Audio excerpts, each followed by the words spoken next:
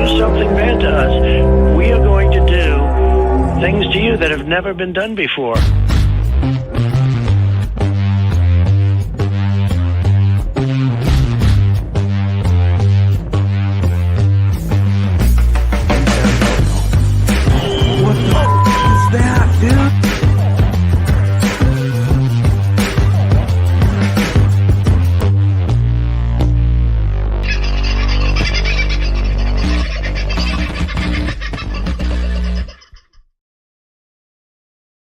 Well, good morning, beautiful people. Hope you are doing well. 7 o'clock here on the eastern seaboard. But good morning to Wendy, who's wide awake thanks to a couple of wild roosters in Western Australia. Nice to have you on board this morning, Wendy. And, well, roosters at 3:30 in the morning, I have suggestions.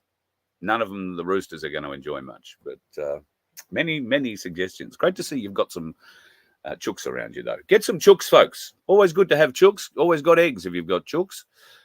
We've got a bunch of chooks here on the property. We free range them, and which is great, but it makes it really hard to collect the eggs. They're very sneaky where they go and lay. We are figuring something out for that, so nice to have them along. So apologies for no show last night. As I said last night, I was running way late after a couple of meetings that ran pretty wild yesterday. So we'll get into bits and pieces this morning. And there's been a couple of developments overnight on top of what I was going to talk about, I suppose. So I should probably kick it all off with Hezbollah may as well be declaring war on Israel. Obviously, in the last few days, there's been some fairly interesting things going on in Lebanon. Now, here's an image that I picked up yesterday. This is a drone, an American drone, that was circling off the coast of Lebanon for an hour and a half the other day. Now, according to Hezbollah, the pages all exploded at 3:30 in the afternoon, just about the time this thing left the area. There is no, provable correlation between anything that exploded and that UAV. But it's interesting that it was there. And then, of course, the pages blowing up was one thing. And I mean, how smart. But how did they do it?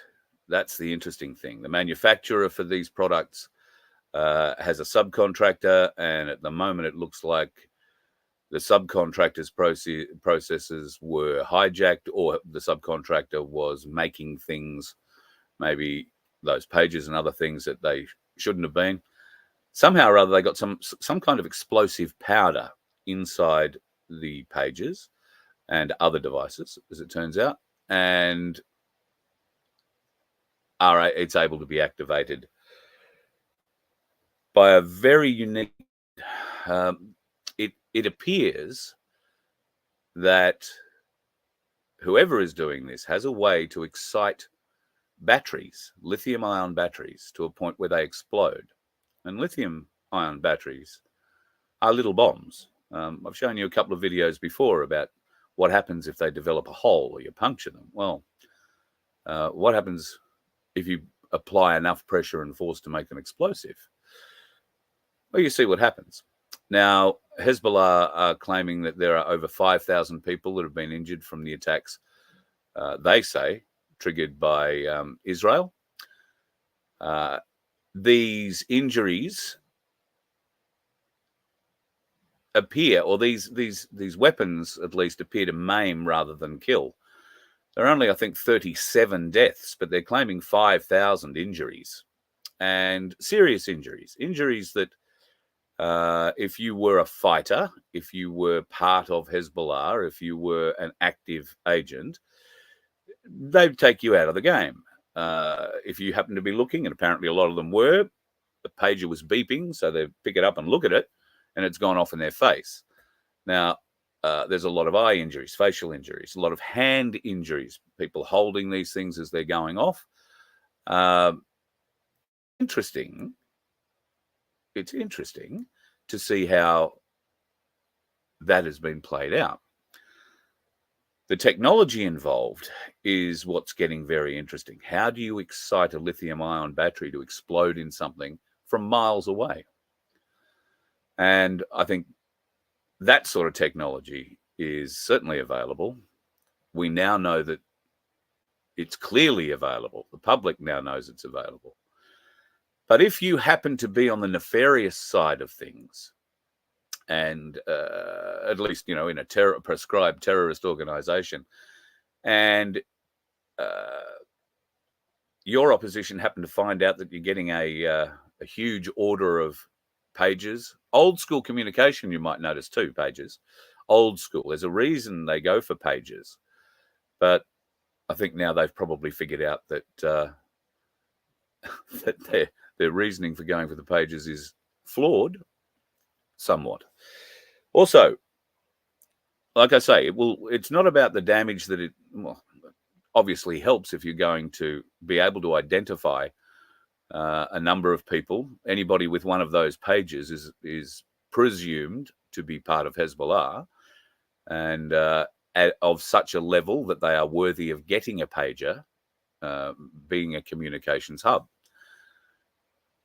Right now, anybody and everybody in Lebanon, I suspect, is looking at their phones, their iPads, their watches, anything that has a lithium-ion battery in it. Because if they can excite somehow a lithium-ion battery to explode in situ, then we have walked weapons into our own homes. This is going to stifle communications. It'll put them back to the dark ages, but prescribed terrorist organizations in the Middle East have been left in the dark ages forever. They're very good at communicating, and they'll find ways around it. What's going to happen? Who knows? Israel don't appear to be giving up anytime soon. The world has condemned them. In fact, New Zealand in the last 24 hours has come out and gone against the Five Eyes Agreement and gone with the UN supporting calls for Israel to cease and desist immediately. I don't know exactly why New Zealand is all of a sudden standing up, but I'm also of the opinion that New Zealand have been excised to a great extent from the Five Eyes deal due to Jacinda Ardern and the damage that she did to that organization and others during her term. So whether the Five Eyes agreement with New Zealand is actually still in place at the moment, I think is a question. It might be on paper, but the actual workings of it, I don't think so. I believe that New Zealand shit in their own bed there. So after the pages blew up, they targeted walkie-talkies. That's what's left of one of these devices after it goes up. So you can see there would be a fair bit of shrapnel involved. Obviously, hand, and if you're looking at that thing at the time, or have it up to the side of your head trying to turn, that's going to do some serious damage. If it's hanging on your belt clip, it's going to, do some damage to your hips. It'll make you immobile, certainly, if you live to see a way. And, of course, if this is just sitting in the lounge room somewhere on a table or whatever, it goes off, God knows, lounge room. And that shrapnel, certainly not designed, I don't think, to kill. They can't get enough explosive in there to, make a big explosion. But they can turn whatever that explosive powder it appears to be inside these devices, it can turn those devices into shrapnel weapons. And that's clearly what they're doing. So we get to watch and wait. But America seems to be now supporting wars on at least two fronts, and I think is opening up a third in the near future against China in the Philippines. They don't have much of a choice, although Biden has shown that he is quite capable of walking away from any security pact agreement. And if they were to do that with the Philippines, I think that would signal to all treaty partners with America that including something like AUKUS and our ANZUS defense treaty, are not worth the paper they're written on. The American administration will walk away and not offer much by way of support. Now, how can they support the Philippines? They're not in the Philippines. They got out of the Philippines in, I want to say 1992 or 3. Fair while ago. It was a huge hue and cry at the time because the Philippines identified the fact that the Chinese were going to run all over them, that the Chinese had never before bothered staying out of the protected fishing grounds, the exclusion zone, if you like, the economic exclusion zone around the Philippines. They'd never bothered staying out prior to the Americans turning up and setting up a base in the Philippines. They did stay out while the Yanks were there, but as soon as they moved out, of course, the Chinese moved back in again. And the People's Liberation Army Navy, they have a Coast Guard, they have a fishing fleet, and all these are militarized. So it's not the Chinese Navy that is holding these blockades. It is the Coast Guard and fishing fleets. I think the Chinese made a slight miscalculation last week when they rammed a Filipino Coast Guard vessel on its way to a resupply mission to a couple of the small islands, putting a hole in it, by the way, but it had a 60 Minutes crew on it at the time, which, certainly makes things a little interesting.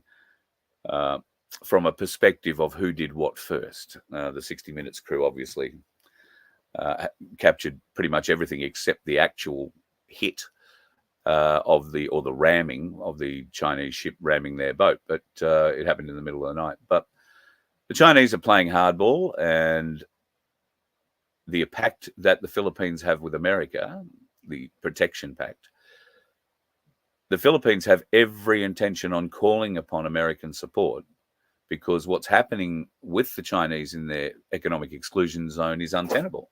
The Chinese are raping the waters, fishing them clean, and this is what the Philippines people are using for their food supply. As one Filipino leader put it, I think the head of defense put it, the Chinese are the bullies on the block, and they are bullying very, very hard. So if America comes to that party too, they are going to be spread very thin across the world. Very, very thin across the world. And I guess we'll just have to wait and see what that means. This is fortuitous. Yesterday I was wondering about Julian Assange. Of course, Assange released from Belmarsh prison must be a couple of months ago at least now. We have not heard nor seen of him since. I'm not surprised. I have a feeling that one of the conditions of his release would be that you don't go and speak to anybody. And of course, he's been away from friends and family for years and years and years, so he might be just trying to recover both physically and mentally. I couldn't agree more. But somebody did send me an interesting picture and a comparison. Was it really Julian Assange that was released? There are moles that Julian Assange has in various places. And apparently, according to this image, the moles have disappeared. The image on the right is the face of Julian Assange standing outside of the US court that he stopped at that little island on the way home so that he could sign the paperwork for his release. And of course, all the other ones, images dating back quite a few years. The one on the left, the main one on the left, of course, is, I think, taken from the Ecuadorian embassy balcony at one of the many speeches he gave. Julian Assange, it's curious that nobody has heard a word from him. I'm hopeful that we will see an interview with him in the not too distant future. If that happens, I believe it'll be with Tucker Carlson. So we'll wait and see what happens with that. Queensland Health. Queensland Health. What an interesting bunch of people these people are. God help you if you get sick. If you suffer from anxiety, and you have a medical moment where it's nothing too serious, but you need to go to a hospital to get some attention. Does it induce a panic attack in you?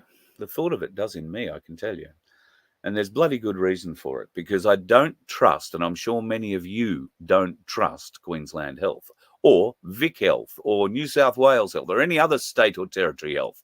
Why? Because the people who supposedly are meant to be leading those organisations and protecting our interests, our health along the way, clearly are not. There has been a new kind of cover-up put out into Queensland hospitals. They've been issued with a directive that everyone admitted as an inpatient has to have a needle injection of liquid aspirin into their stomach to thin their blood. The idea that those lying still for long periods are subject to blood clots, of course. Well, that's been the case for as long as there's been hospitals and people lying in beds. But since the beginning of the COVID vaccination program, average deaths per annum have jumped dramatically, blood clots appearing to be the main cause. Of course, aspirin thins the blood. It appears that the purpose of the aspirin injections is to save Queensland Health from embarrassment by having patients die outside of the hospitals rather than in them. Dying outside a hospital gives doctors the opportunity to write the cause of death down to anything other than a blood clot. In hospitals, that's not the case. So what are they giving you? Blood thinners, because they don't want you to die of a stroke while you're at hospital. They don't want you to get a blood clot while you're at hospital. It is diabolical how these government organisations are now, and in some cases, enacting legislation to protect their asses. They are lying to the people, and unfortunately, the people, for the most part, are gullible enough to believe it. Is it gullible? Maybe it's not. They are just too brainwashed, so willing to accept the narrative.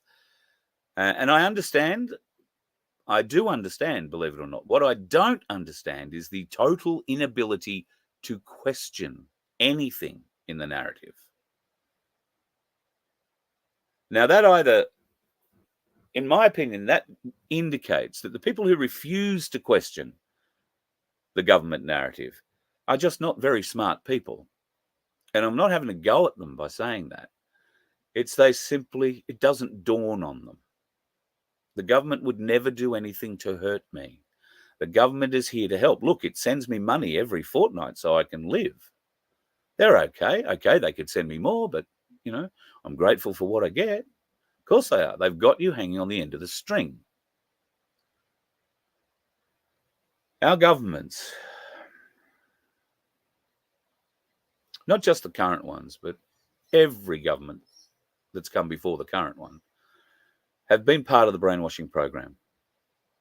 And sadly, many individuals in this nation and around the world are willing participants in it. I don't know that it's an indication of intelligence or lack of it. I don't think this is the case. There are plenty of extremely smart people who just simply don't question what the government said.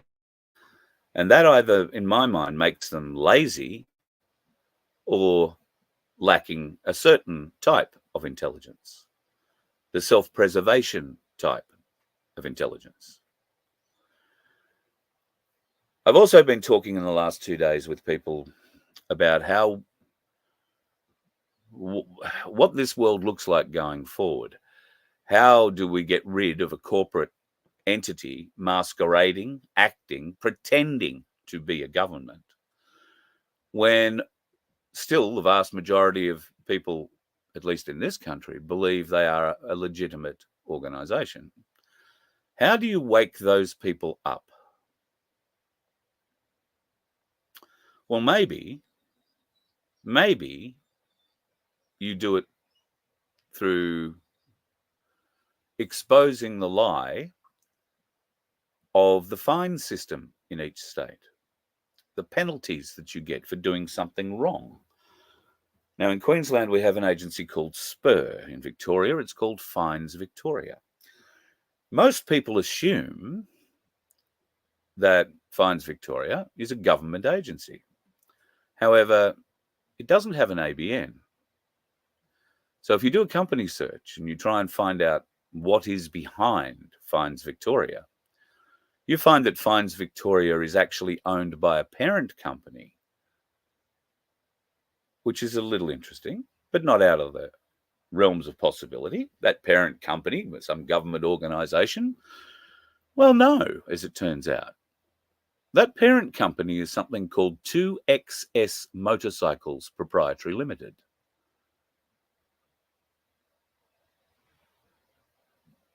Find that a bit interesting, do you? I've done a company search.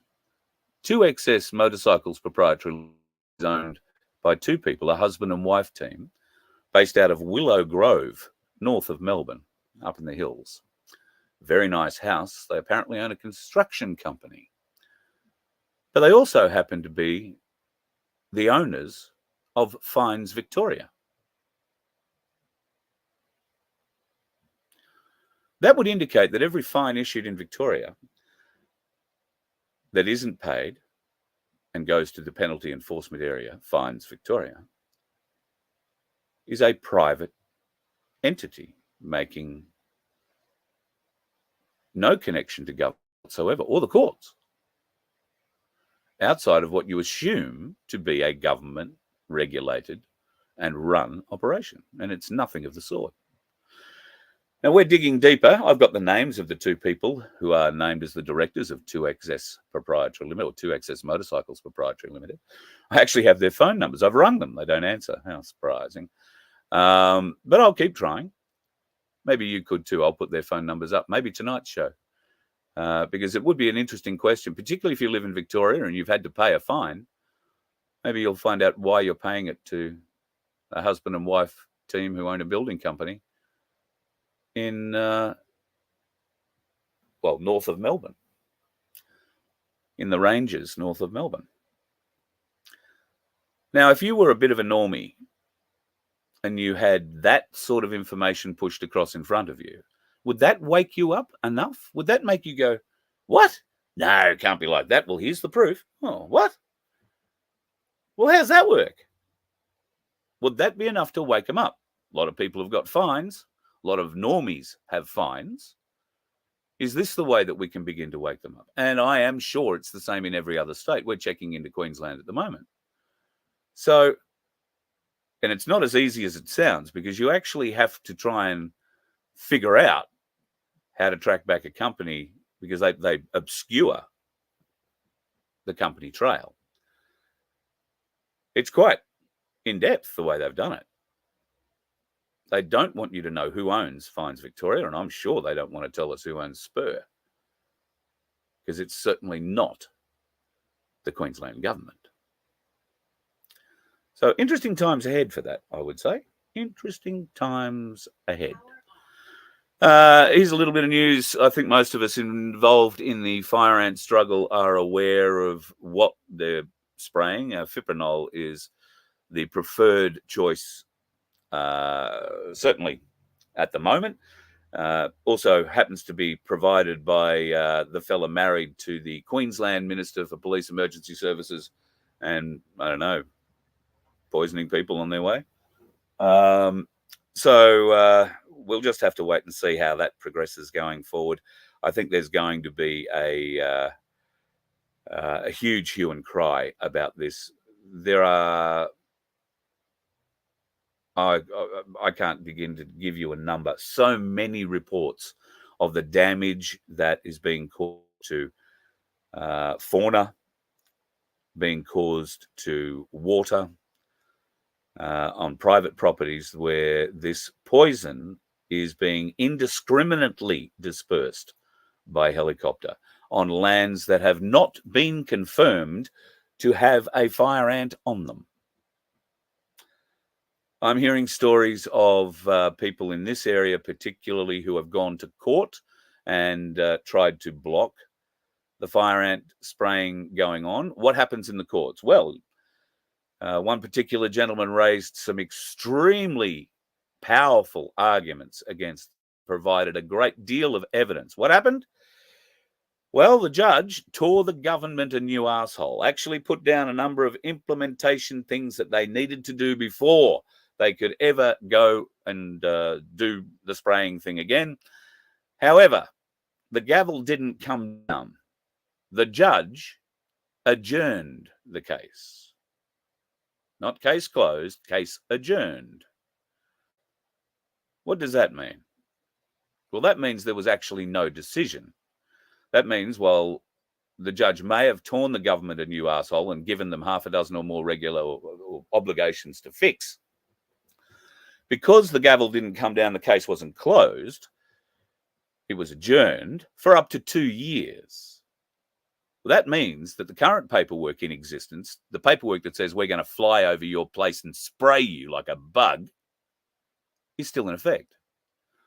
And 3 days after this court case, where this gentleman provided all the evidence that any sane person would agree shows the potential for huge damage to our environment, to our fauna, to our native species.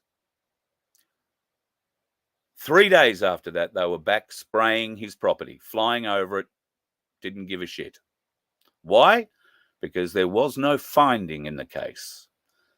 And they've come back and told him they're going to spray him 6 times a year. They've been back 4 times already. This is how they'll screw you in the courts when you try this. They will adjourn the case, and now they refuse to release the transcript. Because if they release the transcript, there is actual proof of what the judge said.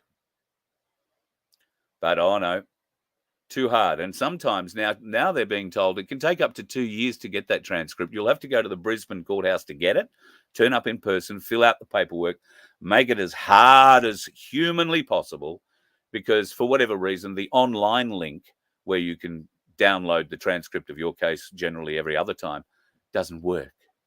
This one. We have a corrupt judiciary. We have a corrupt government. And we have no way to fix it.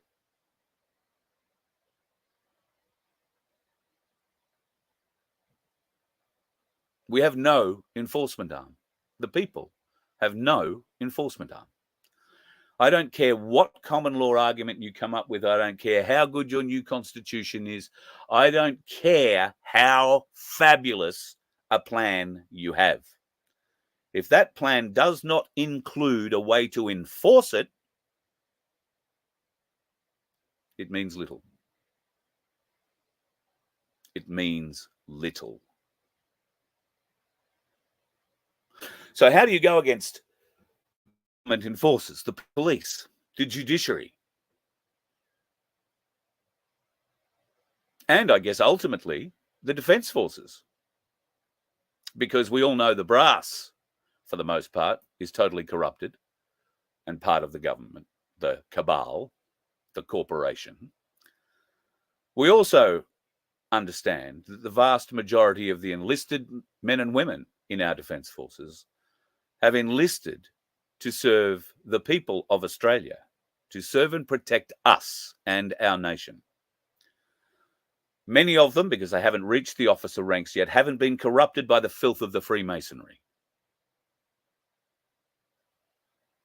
Many of them are aware that they are under no obligation to follow an unlawful order or something they deem to be an illegal order. Where we have the disconnect is that many of these people at this point don't see that disconnect.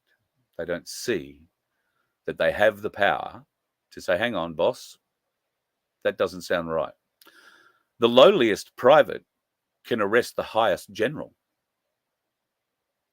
and bring him before a tribunal to have him justify the orders that the private didn't want to follow.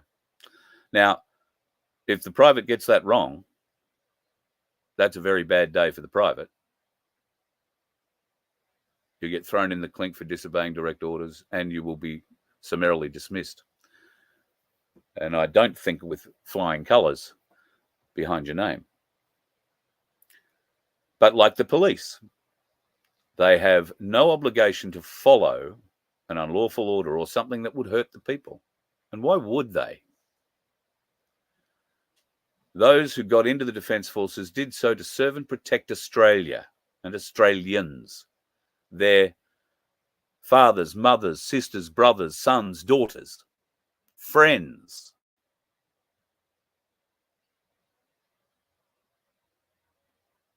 And yet, the bus has been corrupted.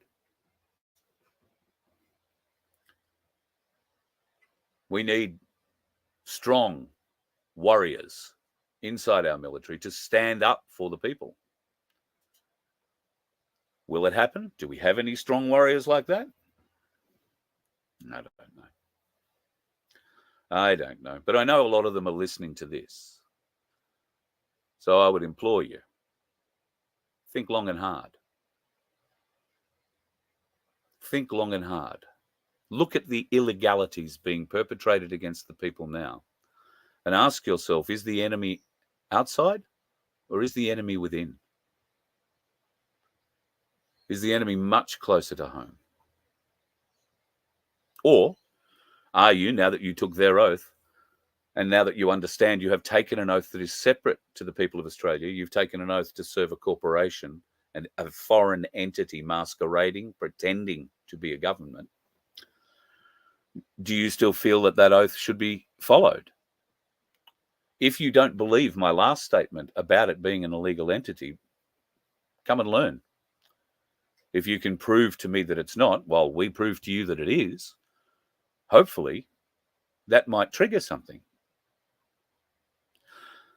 I'm starting to be of the realization that the veterans in our community are more awake and more willing to do anything than serving members, both in our police and military. But I thank God every day that there are veterans willing to fight for us, the people. We should be doing more of it. I hope we can. I really hope we can. Something that you may or may not have heard a great deal about is the attack that happened in Russia a couple of days ago. Ukraine apparently fired a long-range missile and it struck a ammunition dump just outside Moscow. In fact, Russia's largest ammunition dump. Have a look at this. Смотри, идет сюда. Офигеть, сейчас.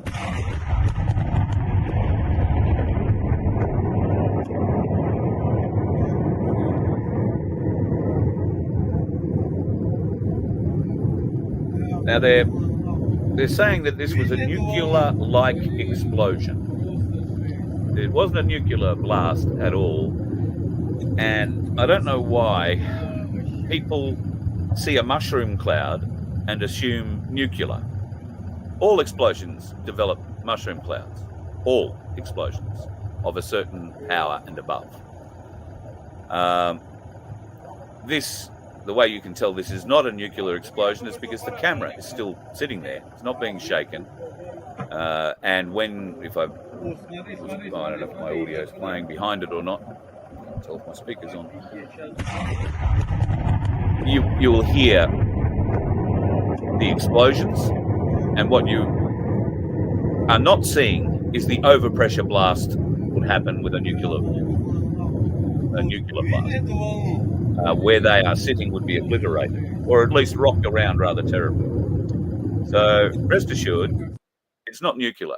It actually looks a bit CGI if you get up close to it, but I'm not prepared to definitely rule it out as CGI at this stage. It is interesting, though, that Russia is not saying a word about it. Not a word. Neither are Ukraine, or NATO, not saying a word about it. Why would that be, do you think, if that actually happened? I don't think it bodes well for whoever fired it if the Russians aren't talking about it. That means they're working on a reply. Now, let me ask you this question. That base that they blew up, that ammunition stockpile, the largest in Russia from all accounts, the largest stockpile of conventional weapons in Russia. What happens if you blow up the largest conventional weapon stockpile in Russia? What do you leave them with? Well, you leave them with their stockpile of non-conventional weapons, don't you?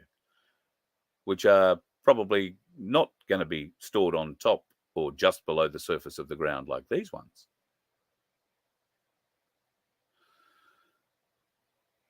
Could that be forcing Russia into a position where they have to fire off a tactical nuke because they've got nothing else? I don't know. They've got those hypersonic missiles. Probably figure a few places in Ukraine to drive one or two of those through. But I'm more interested in what that bomb was, what that is. Have a listen.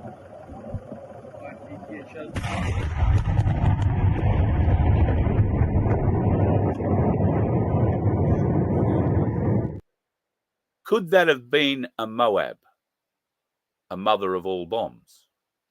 They say it was a missile. Moabs are dropped out of aircraft. So unlikely to be a Moab because they'd have to fly over an American aircraft, American military aircraft would have to fly over Russian territory.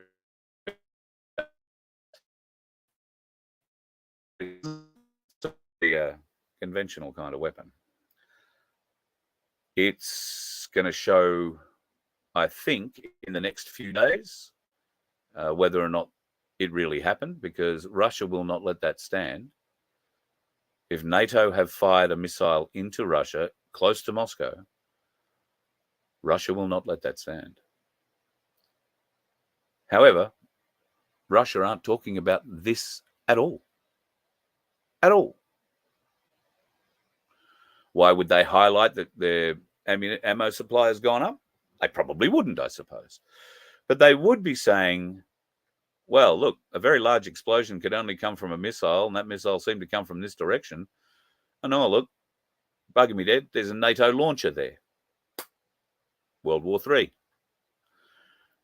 Got the Israelis trying very hard to stir up the Middle East and destroy everything, despite calls from around the world for them to pull their heads in and their missiles and guns back. That's not going to happen. They can't afford that. And then, of course, the continuing drama with Donald John Trump. Every time there is reports of Kamala Harris maybe getting a bit of a boost in the polls, which none of us believe anyway, there seems to be an attack on Trump. I don't know. I do get some great satisfaction out of the fact that we are watching a movie. And more and more and more every day, what we see, I believe that. You just have to have eyes to see. And I'm not reading too much into things. I don't look at one thing in isolation. I look at many things and many views, many points, and try and find the truth from all of it out of one particular circumstance. That's discernment. That's trying to inform yourself as best you can and using your mind to come to a rational decision of your own. So I know a lot of you practice that, and I know a lot of you are learning it, and a lot of you want to learn how to do it. It's not hard to learn. It's very easy to practice and very enlightening and exciting at times to do, because it's almost like a, like a bit of a hunt.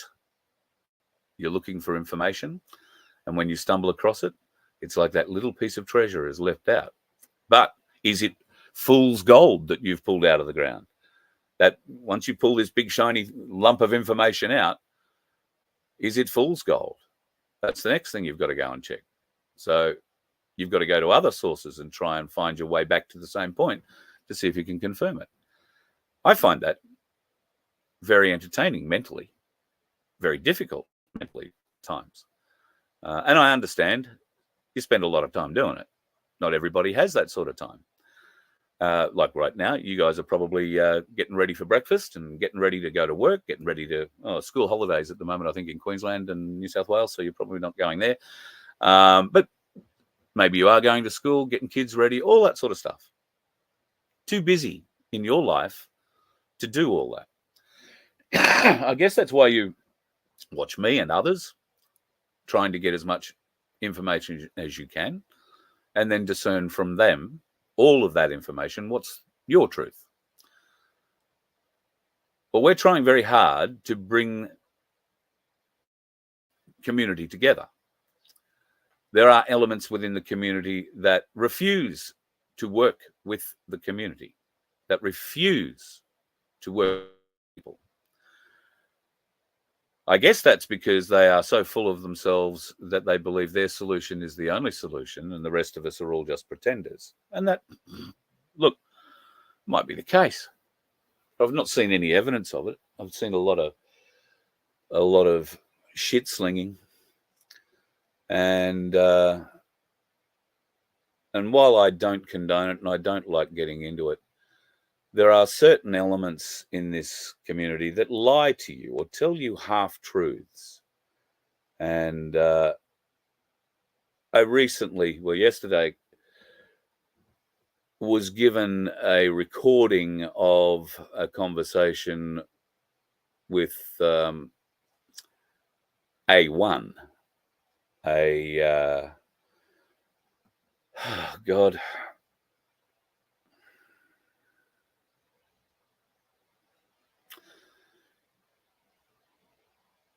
I don't go throwing spears at people unless I've had a spear thrown at me. I had a lot of spears thrown at me in this conversation. A lot of innuendo, no facts. A lot of supposition, a lot of weasel words, a lot of accusations, a lot of lies. Outright lies.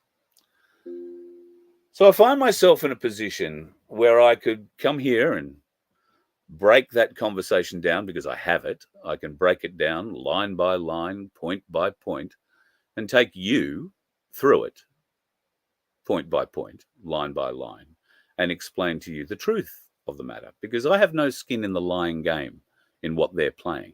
None.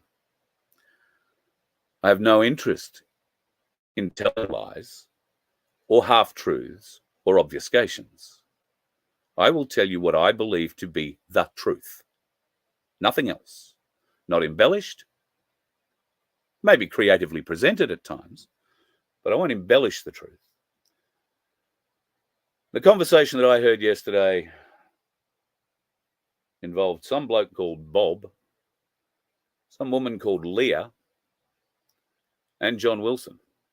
And some American woman who is now apparently, taking over Ricardo's,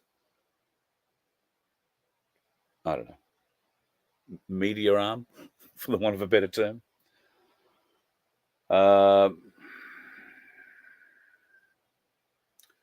What do I do?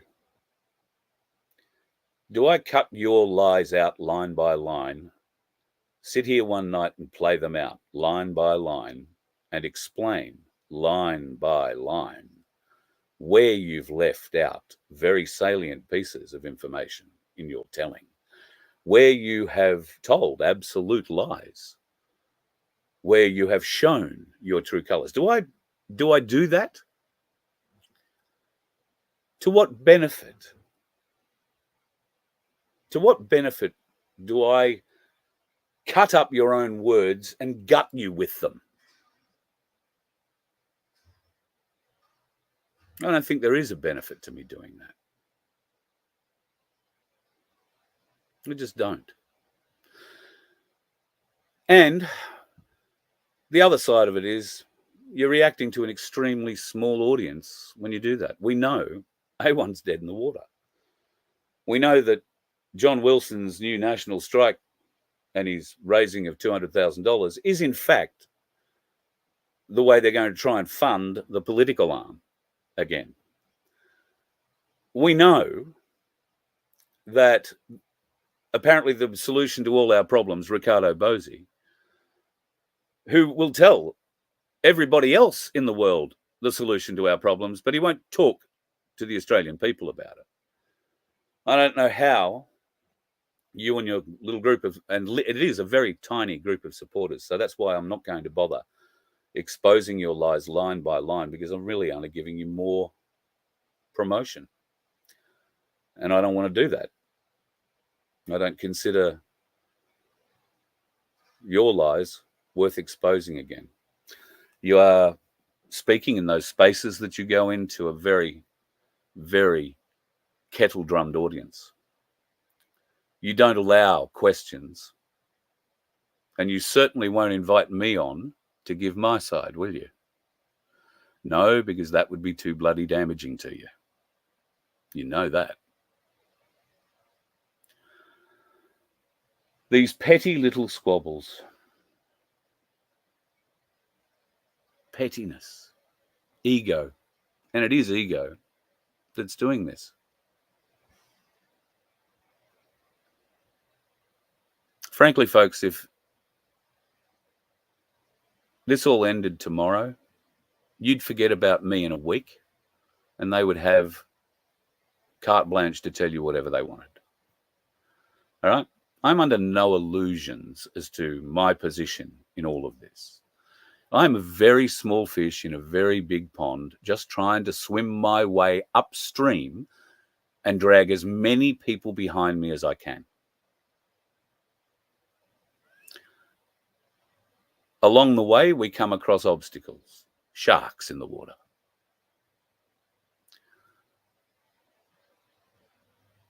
What does a forward scout do? Identifies the danger. That's maybe what I'm doing. Forward scout can't take on all the danger by himself. That's why he has a squad behind him. Well, you're my squad. And I guess John's one squad under God is his squad. They've accused me of falling out with them. I'm not the one who stopped returning phone calls. I'm not the one who's ever not offered up an explanation. I'm not the one who now can't get an audience in Australia and has to go to America to preach to them. Because that's where Ricardo may as well move and try and run for president in America. God knows they're letting anybody do it these days, so why not him? He's preaching to an American audience on an almost daily basis, telling them God knows what about his position here in Australia. His position here in Australia is he's hiding. He refuses to answer questions, and he sends out the likes of this Bob and John Wilson instead of fronting it himself. Sends them out to make excuses for him instead of coming out himself. My only gripe with Ricardo has been communications. The lack of them, the inability to understand the importance of them, and how critical they are going forward. Ricardo seems to think he can win an Australian election with the A1 party by preaching to America.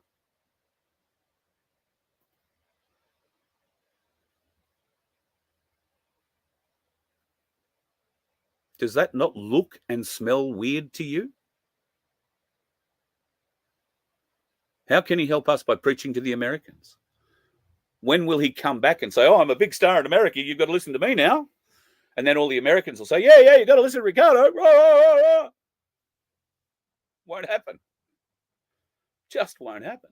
You can't shit on the Australian people in the way and manner he has and expect them all to fall back in line immediately.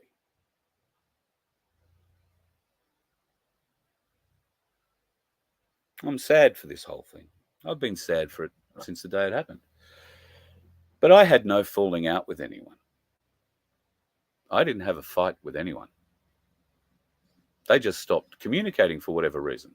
And I think it's because they figured out that I was watching very hard what they were doing. If there is a spy in our midst, maybe it's me. Maybe I am the spy of the people. I go looking at all things and everybody. My job isn't to go out and beat them down and do all that. My job, you've not seen me on a stage giving speeches.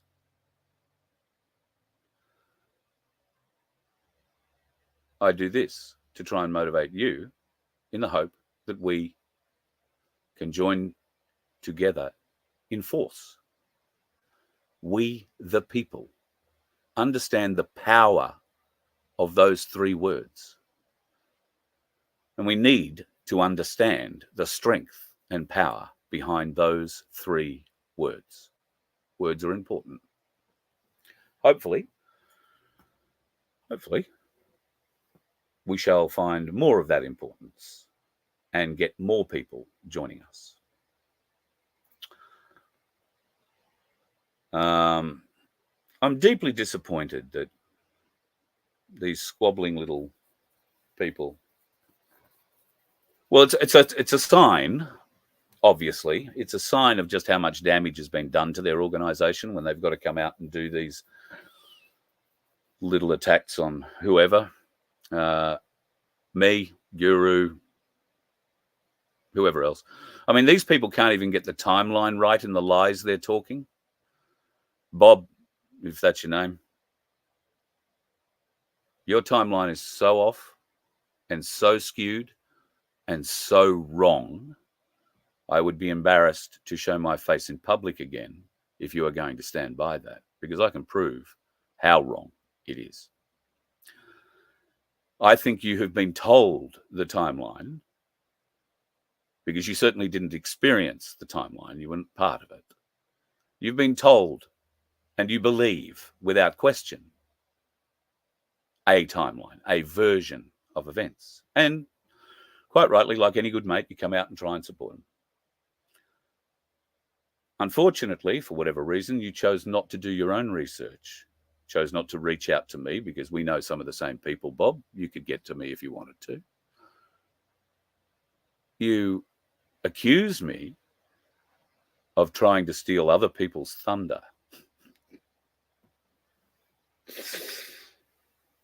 One guy in particular, one of the veterans of our community and a Canberra stander, Dan.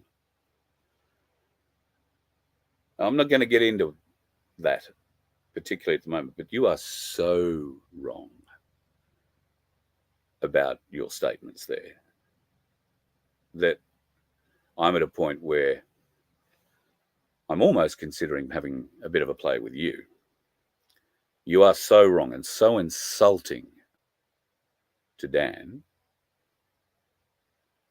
that I would be amazed if we haven't heard the end of this. Don't believe everything you're told. Do your own research, Bob.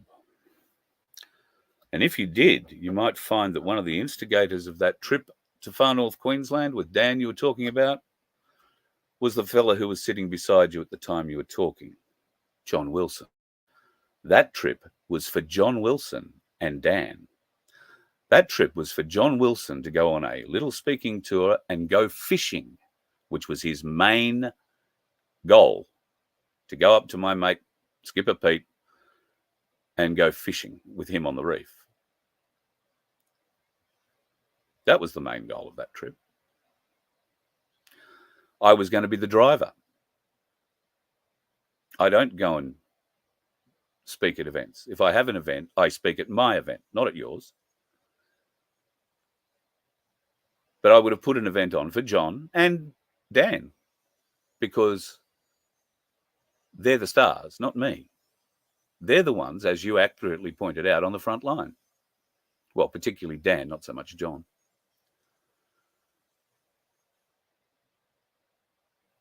So if you want to play that game, we'll play that game. Can't accuse me of something and then pretend that there's a benefit in it for me. There's not. Thank you, Black Sheep. Why does anybody come to me? Because I have an audience, you lot, and they can get heard on it.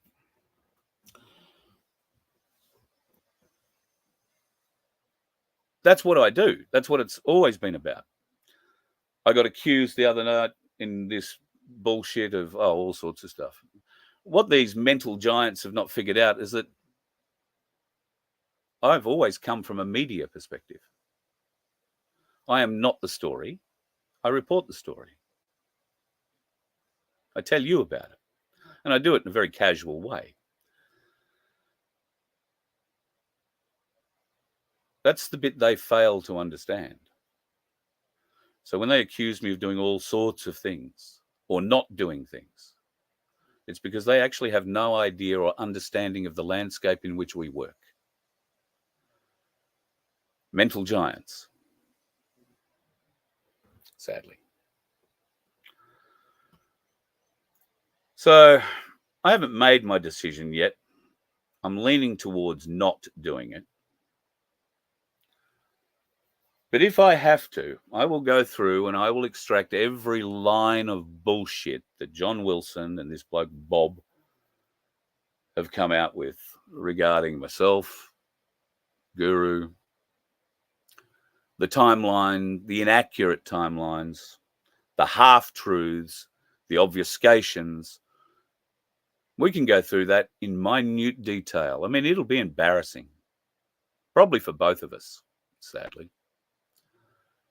And I don't know what benefit there would be other than me getting one up on you saying, ha ha, and I'm not into that.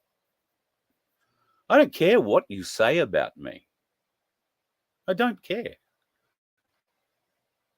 If you don't like what I say, don't watch. It's as simple as that.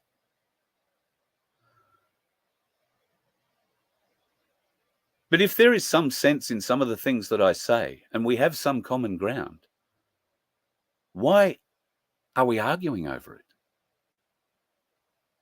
Why aren't we holding hands, walking forward together under God to make this work? I can tell you why. Too many egos involved. Sadly. It's not always the case that the dickheads are on the road, it seems.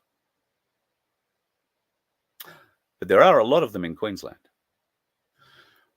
Here's the top 10 crash hotspots in Queensland. I thought I'd bring these out. Every state will have them, but recently this came pretty close to me. The top number one crash spot is Rockhampton, followed by Gympie, Mackay, Townsville, Caboolture on the Bruce Highway, Bowen, Chermside, which is a northern suburb of Brisbane, Mount Gravatt, a southern suburb of Brisbane, Proserpine, Gingin, all the worst. That Gingin one's interesting. That bit of road around Gingin, which is, 5-6 hours north of here, or 4 to 5 hours north of Brisbane, if you like. Mate of mine was driving that the other day. He drives a truck. He was driving it the same day that there was an accident on the truck that closed the Bruce Highway, I think, for something like 9 hours. A truck went off the road. 2 days earlier, I think 2 trucks had collided on the same stretch of road. The dickheads on the road are always on the road. That's a photo of a strap on my mate's truck. It's called trailer kissing. The fella that drove off the road had a medical episode in his truck, a medical episode in the truck. You understand the squirty kind of medical episode in the truck. His trailer has swept my mate's trailer, and that's the strap and that got torn up. It was just a kiss. Very lucky. A passing kiss at, well, if they were traveling at the speed limit, 200 kilometres an hour. 2 kilometres after he hit that strap, my mate's truck, he ran off the road. Had another big accident, closed the highway again at Gingin, or around Gingin. the dickheads are about. And that is a very, very close call. So when you are going for a drive, folks, remember there are folks out on the roads who are jabbed up.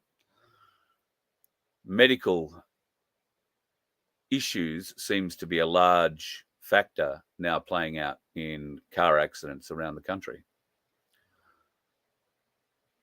So just be safe, folks. Be very safe. Be careful. Keep your eyes open. Be aware. Do not allow distractions to kill you. And I think on that note, we'll probably leave it for this morning. I'll come back tonight. Never know. I might have cut up a couple of minutes of audio by then. No, I won't. I'm not going to give them the time. There's no point in doing it. To what end? I would rather try and bring us back together than tear us apart. But there is no coming back together with somebody who's not present.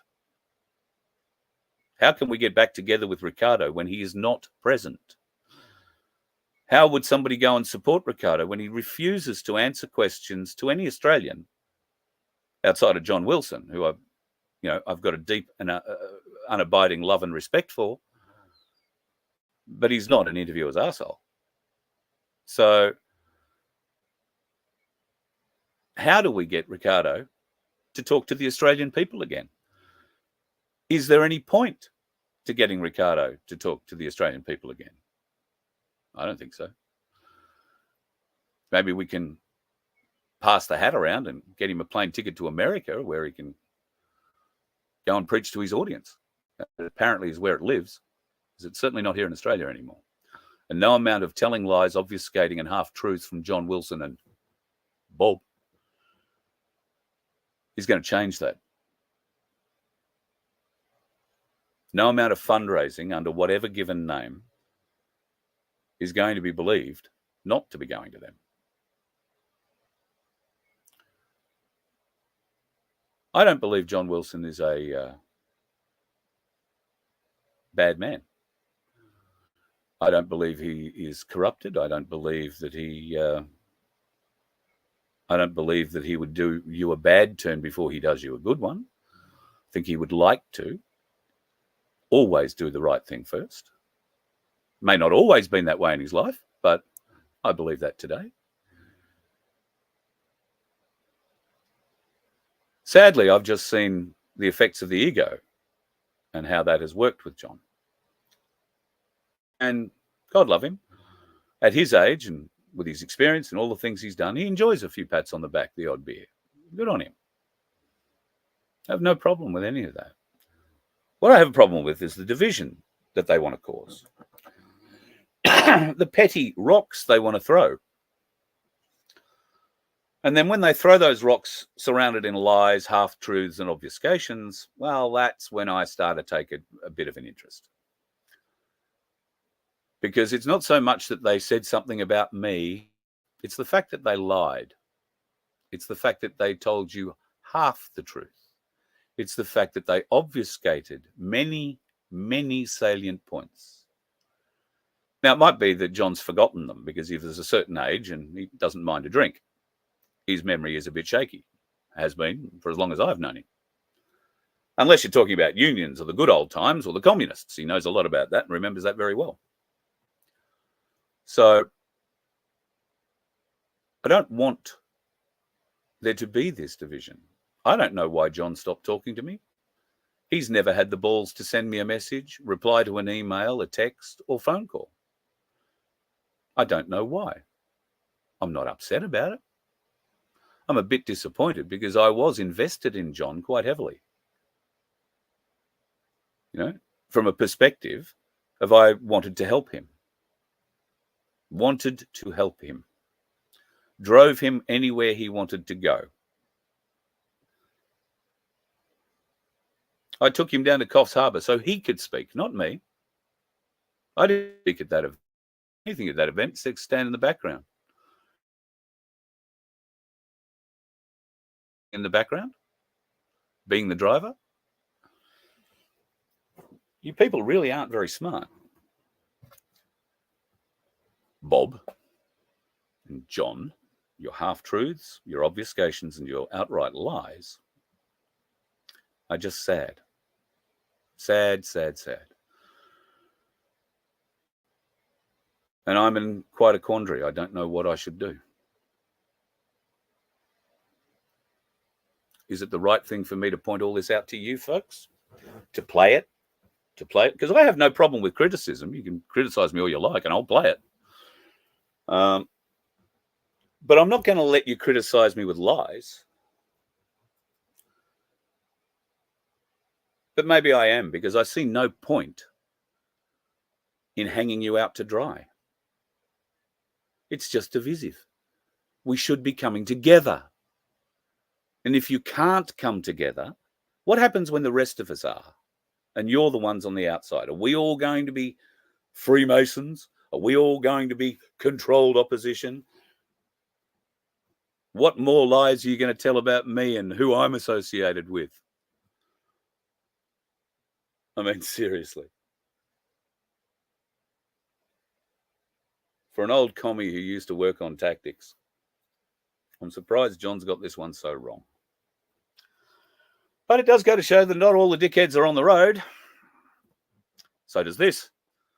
I think the headline speaks for itself, don't you? I'm not going to read it to you. But I don't think a truer word could be spoken when it says not all the dickheads live on the roads. Have a great day, folks. Talk to you tonight. Should be fun, hey? You let one ant stand up to us, then they all might stand up. Those puny little ants outnumber us 100 to 1. And if they ever figure that out, there goes our way of life. It's not about food. It's about keeping those ants in line. That's why we're going back. Does anybody else want to stay? Let's rock!